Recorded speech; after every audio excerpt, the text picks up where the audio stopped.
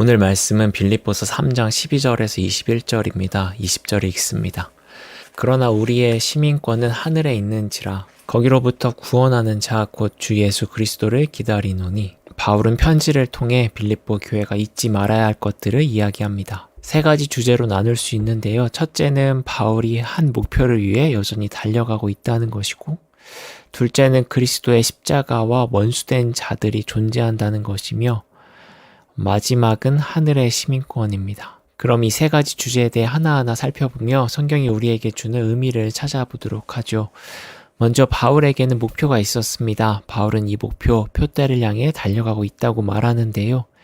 14절에 그가 달려가는 목표는 하나님이 부르신 부름의 상입니다. 부르신 부름의 상이란 무엇일까요? 표현이 다소 추상적입니다. 그러나 오늘 본문 이전에 바울이 한 표현을 살펴보면 부름의 상이 무엇인지 엿볼 수 있습니다. 어제 읽은 10절이 그 구체적인 내용이 아닐까 합니다. 10절에서 바울은 그리스도를 알고 그분의 부활의 능력을 깨닫고 그분의 고난에 동참하고 또 그분의 죽으심을 본받아 결국 부활에 이르고 싶다고 말합니다. 따라서 바울이 바라는 상은 온전히 예수를 닮는 것입니다. 그리고 예수를 닮아 이 땅의 고난과 죽음을 두려워하지 않는 것입니다. 죽음 넘어 부활을 아는 것, 즉 부활의 능력을 깨닫는 것이 그가 원하는 부르심의 상, 하늘의 상이 아닐까 합니다. 왠지 상이라고 하니 무언가 반짝반짝 빛나는 트로피나 화려한 금은 보화가 떠오릅니다. 그러나 바울이 말하는 상은 전혀 다릅니다. 바울이 말하는 상은 화려하기는커녕 사랑과 정의를 위해 초라하게 죽으신 예수님을 말합니다. 그리고 그런 예수를 기꺼이 쫓을 수 있는 용기가 그가 말하는 상이라 할 수 있겠습니다. 혹자의 말처럼 삶은 피할 수 없는 고통의 연속인데 주 안에 살고 그의 능력을 온전히 깨닫는다면 우리는 고통으로 불리는 시간도 기꺼이 감당하고 그 안에서 의미를 발견하며 작고 초라하더라도 담대하게 하루를 보낼 수 있을 것입니다. 또한 선한 영향력을 줄 수 있을 것입니다. 이런 삶이라면 그 어떤 금은 보화보다 트로피보다 값지다고 할 수 있겠습니다. 한편 바울은 하늘의 보상을 위해 달려가는 자신을 본받으라고 빌립보 교회에 말합니다. 바울을 본받아 또 앞서 함께 소개한 디모데를 본받아 예수의 능력으로 사는 사람들을 눈여겨보라고도 말합니다. 바울은 빌립보 교회에 주의 은혜로 사는 자들을 자신 있게 소개할 수 있었던 것 같습니다. 그만큼 바울과 디모데를 통해 예수를 알고 예수 닮기로 결심한 자들의 삶은 남달랐을 것입니다. 아마 그들은 가진 것이 없어도 만족할 수 있었고 누군가를 위해 기꺼이 자신을 내어줄 수 있었으며 사회적 신분이나 소유로 사람을 판단하지 않는 사람들이지 않았을까 추측해 봅니다. 이제 첫 번째 주제에 대해 마무리하고 두 번째 주제를 이야기해 볼까 합니다. 바울은 그리스도 십자가의 원수가 된 자들이 있다고 말합니다. 바울이 눈여겨보라고 했던 자신을 본받아 사는 사람들과 사뭇 다른 삶을 사는 이들입니다. 이들은 아마도 할례로 대표되는 율법을 강조하는 유대인들이 아닐까 생각이 됩니다. 끊임없이 바울과 대립각을 세우고 바울이 사도가 맞냐고 의심했던 사람들로 보이는데요. 바울은 이들이 그리스도의 십자가와 전혀 다른 길로 간다고 말합니다. 원수라고 강하게 표현합니다.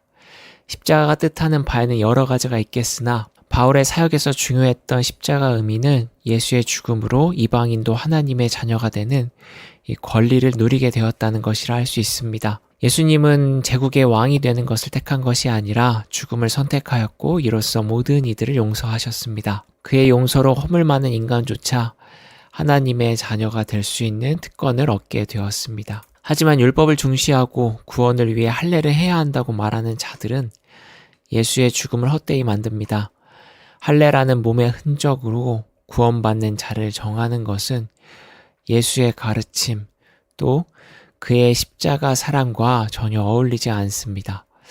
그러기에 바울은 십자가에 등지는 자들의 끝은 멸망이라고 그들의 신은 하나님이 아니라 배라고 말합니다. 참고로 신체의 일부를 가리키는 배는 탐욕을 비유적으로 이르는 말이라고 합니다.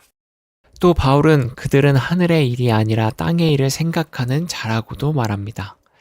하늘의 일을 생각한다면 예수가 보인 넉넉한 마음과 작은 자를 안타까워 하시는 그의 긍휼을 닮으려고 할 텐데 그렇게 하지 않습니다. 율법을 앞세워, 그러니까 자신의 경험과 자신이 가진 것을 앞세워 정죄하고 복종하게끔 합니다. 땅에서 통치하는 권력자와 별반 다를 것 없는 모습입니다. 하나님을 말하고 예수님을 말하나 그들이 원하는 바는 섬기는 자가 아니라 땅의 주인이 되는 것, 땅의 왕이 되는 것이라 할 수 있습니다. 십자가를 원수로 만드는 자들에 대한 이야기는 오늘 마지막 주제인 하늘의 시민권과 연결됩니다.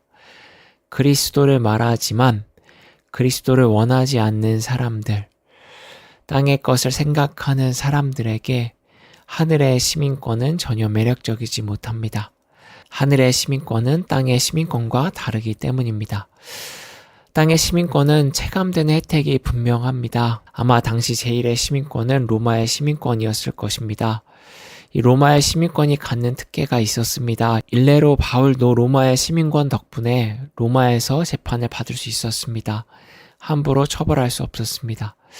또한 사도행전을 보면 한 천부장은 자신이 로마의 시민권을 갖기 위해 많은 돈을 들여 샀다고 말하는데 마치 과거 우리나라의 경제력 있던 부모들 사이에서 자녀에게 미국과 캐나다 시민권을 갖게 하기 위해 성행했던 이른바 원전 출산과 비슷한 면이 있습니다. 이처럼 로마의 시민권을 갖고 있다면 로마가 통치하는 사회에선 유리한 점이 많습니다. 하지만 하늘의 시민권은 로마의 시대에도 또 우리의 시대에도 체감되는 혜택이 크게 없습니다. 편안한 삶을 살게 하는 것도 아니고 출세를 보장하지도 않습니다. 무엇보다 하늘의 시민권은 그 가치인 부활의 능력을 알기 전까지 아무런 은혜를 누리지 못합니다.